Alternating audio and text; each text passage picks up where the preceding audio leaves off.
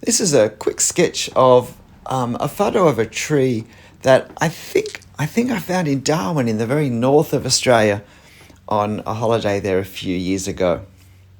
I'm using a 0.3 millimeter thick Copic multi-liner pen. So this drawing in the end took me 20 minutes real time to do. So you're watching it at exactly double time. So if you want to watch it in real time, you can use the cog symbol to reduce the speed of the video to half time. And you should still be able to not have too much of a problem with the voiceover if you still want to listen to it as well. Now, you might be surprised how I draw my trees. Generally, I don't start with the trunk and push the branches up and then stick the foliage on top.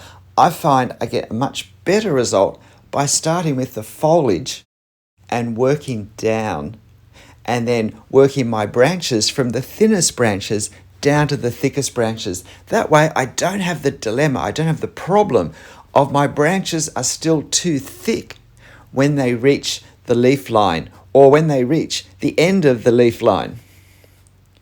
I can make sure that my branches are nice and thin as they connect with the edges of the tree canopy, and then I can thicken them as they come down the page. I also find it's easier to control the direction, the curves, the straightness of the branches if I'm bringing my line down the page rather than trying to push it up the page.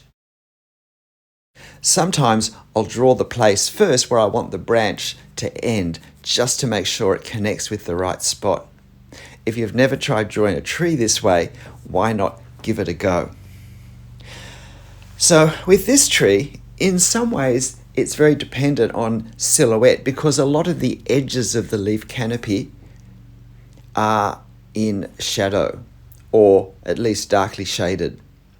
And so that gives me a good opportunity in an ink drawing to really go to town with some nice dark values.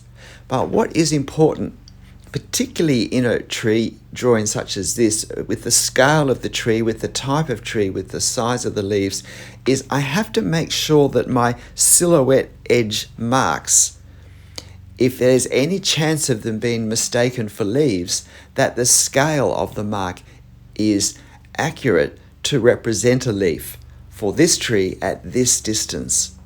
If I get the scale of the leaves wrong, I'll either make the tree look a lot larger or a lot smaller than it is really, depending whether I make my marks too large or too small. Now, I'm working fairly hard to represent what I see in the reference. I do this with trees because I choose a tree to draw because I like the shape. I like the balance of canopy and branch. I like the curves of the branches and the way they connect with each other. I like the silhouettes that are formed. And so therefore, I do actually want to represent the tree in my reference or in front of me fairly accurately. However, notwithstanding that, of course, I am free to make whatever adjustments I think either improve the reference or which perhaps I'm compelled to do because I haven't quite drawn as accurately as I would have liked. And so there are a few spots in this where I've just got parts of the canopy a bit close together. I was starting to get a bit concerned that I was going to run out of paper at the end. I was clearly drawing this larger than the reference, but I didn't mean to reach the end of the paper quite so quickly.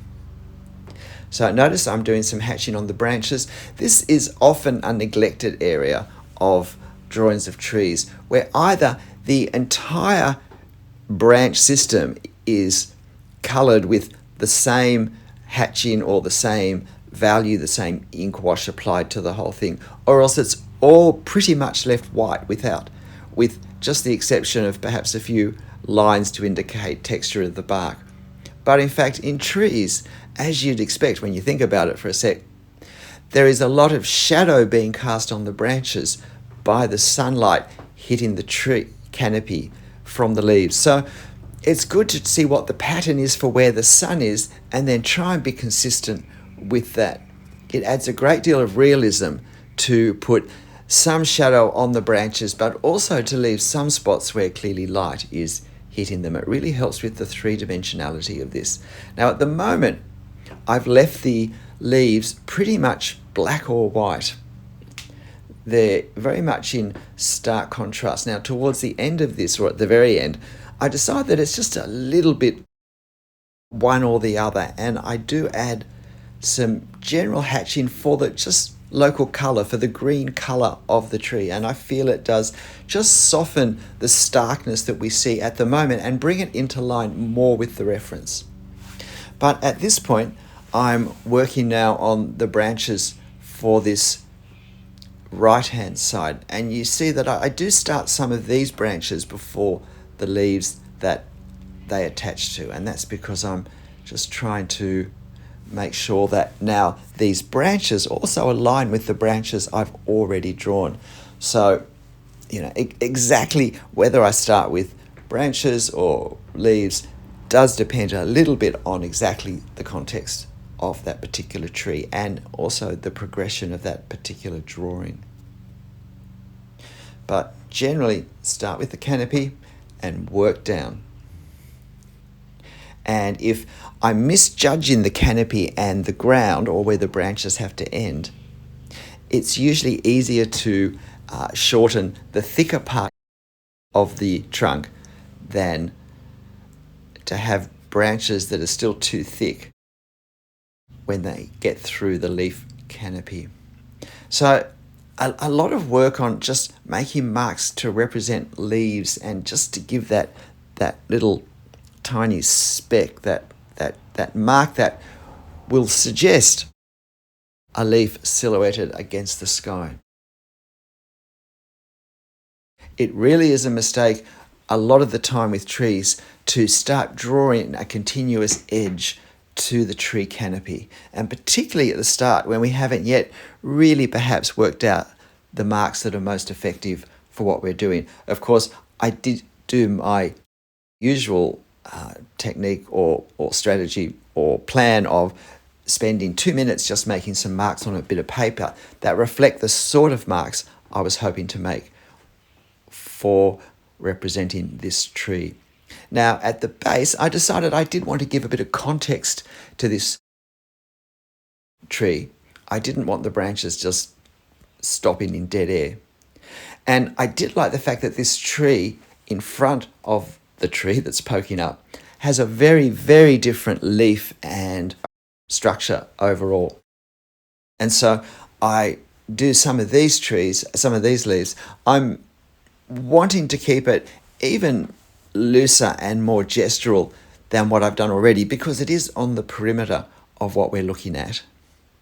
It is towards the periphery. I don't want the attention to go there straight away.